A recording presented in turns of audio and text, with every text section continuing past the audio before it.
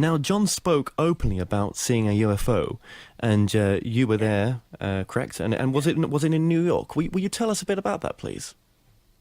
Well, it was on our rooftop. You know, when you see that picture of the T-shirt that says New York City on it, that's where we lived. That was our balcony.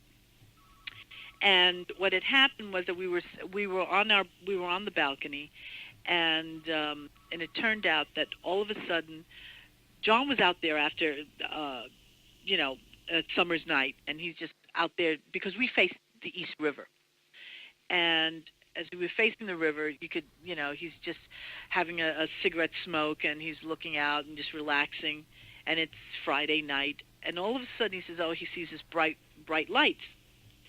And he thought, it's got to be from the billboard signs.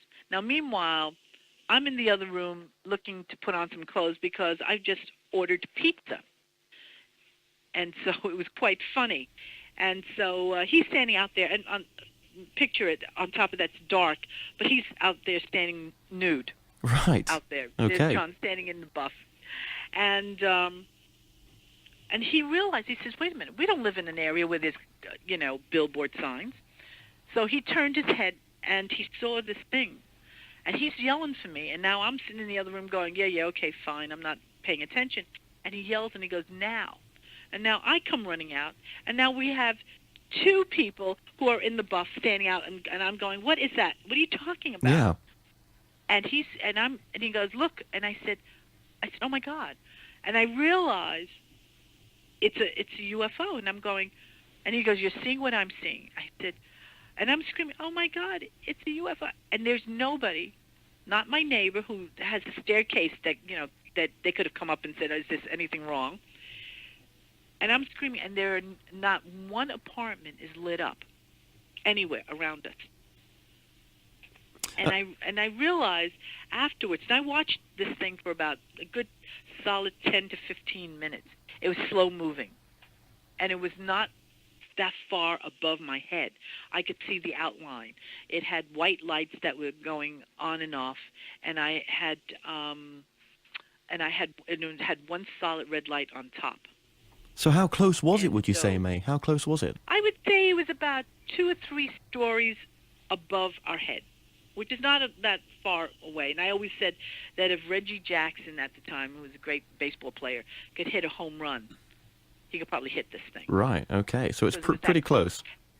It was pretty close, and you could see it. There was no noise out of this thing. No, that's a strange thing, isn't it? We could hear the street below us. And what sort of shape was it? What shape was it, May? It was a round shape. In this case, it was round. And on the bottom, you could see it was, like when you look at a car, if it's too hot, the heat wave, it's just blurry. Yeah. On the road when you're driving and it's very hot. Yeah. It's the same thing. You can see this underneath the ship. So sort of like a shimmery kind of effect, some sort of... A shimmery thing, right. Yeah. Like as if this was a hot, you can see it all just, just shaking, a little wavy thing. Well, that's... And I'm looking at it going, oh, my God. Yeah, that's a classic sort of UFO description. I mean, how long was the craft there for? Well, it was so weird because it took its time coming down, and it went sideways at one point. And I just looked at it going, it just went sideways. And I'm staring at it.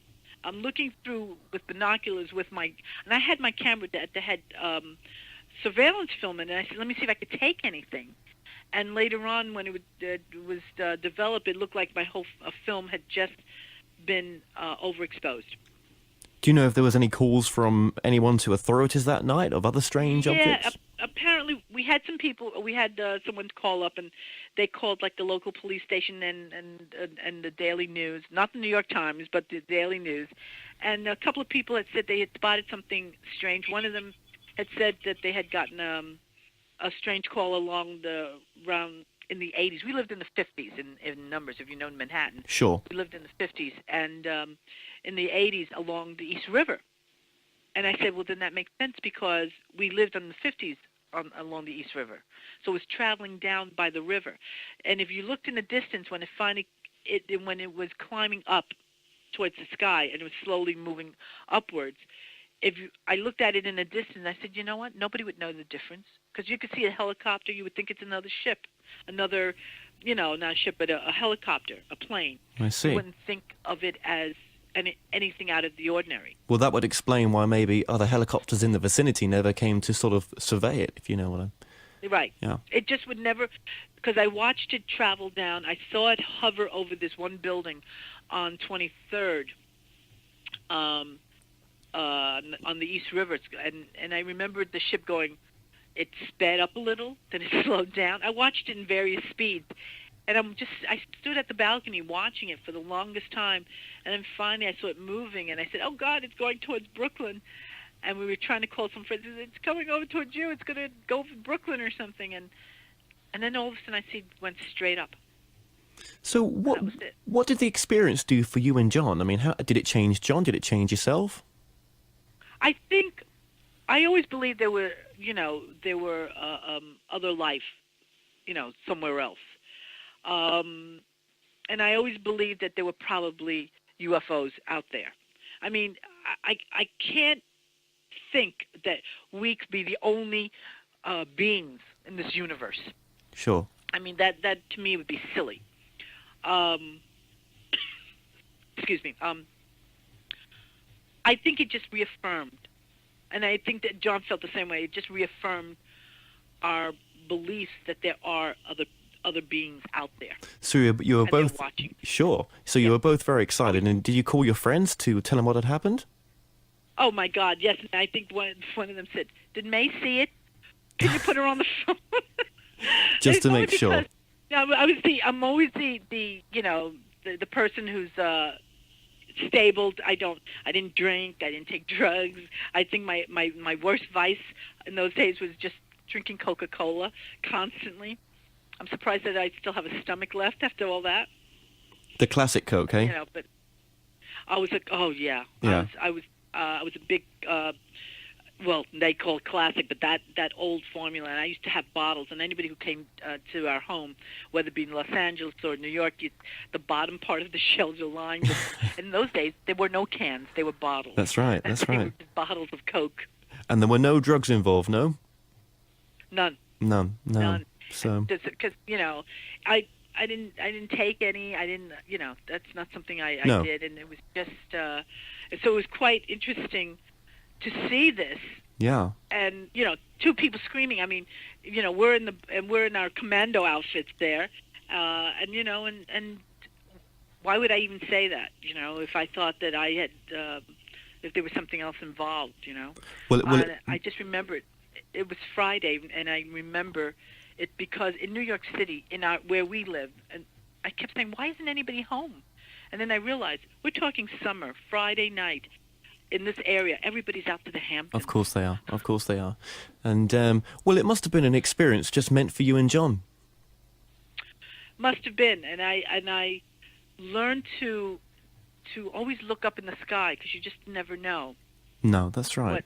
what else. And I actually did see one other time. And this was with John or another friend or? No, without John. Without and John. I learned to because you look up in the sky, you just don't know what you're seeing because they blend so well. That's right. That's right. They So, do indeed. I'm just happy I got a chance to see one, and to see it with John the first time was the most amazing. Now, did John do drugs back then with friends? I mean, was that a recreational calm down? Recreational. It was not. In fact, they would come over, and it got to the point that somebody always had something. Yeah. And I hated that. And at one point, even John says, I just can't handle it anymore. I wish they stopped. And he would just get fed up too, because he says, I don't like it. He got so used to me we just wake up and go do things. Yeah. We go out for breakfast, take walks. I'd taken on a bus ride in New York City or in L.A. We'd just get in the car and I'd drive and go somewhere. That he got to experience things without having to have something to enhance him. Sure, to and get he was enjoying it. to get the normal high of life and just to enjoy the normal things. Yeah, I can appreciate And that. he loved it a lot too. So that's why when we were back in New York, it was Everybody's smoking, and no one's getting high. Everybody's flying, and never touch the sky. There's UFOs over New York, and I ain't too surprised. Now, if we skip right to the end, very end of the relationship with John, so let's summarize it. You were together for 18 months between 73 and 75, both in love, I don't know, looking to buy a house, and John was looking again to work with Paul. Then Yoko invites John over to her house in Dakota for a hypnosis session to stop John from smoking. And this is really when the relationship changed overnight. Now, tell me about this, please. Well, the only thing I can tell you right now is the fact that I had a bad feeling because she was so insistent on having him come that day. And you can't, you always have, you got your gut feeling, and you just roll with it. And I did, and I told him, and he said, there's nothing to worry about, don't worry. And he said, listen, I'll be home this evening, let's go out for a nice dinner, wherever you want to go. And then let's make plans and get ready to go see Paul and Linda down in New Orleans. And as he's walking out the door, and I'm sitting there thinking, oh my God, I just did not like the feeling. And she wouldn't let me speak to him. It was a whole, it was a whole control thing over the weekend. And by the time I did get to see him, I looked at him, and he looked strange.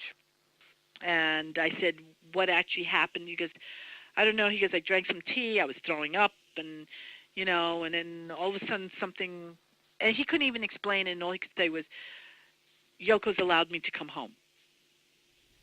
Right. I said aloud. Yeah. And I thought, interesting. Interesting choice of words. That's weird, isn't it?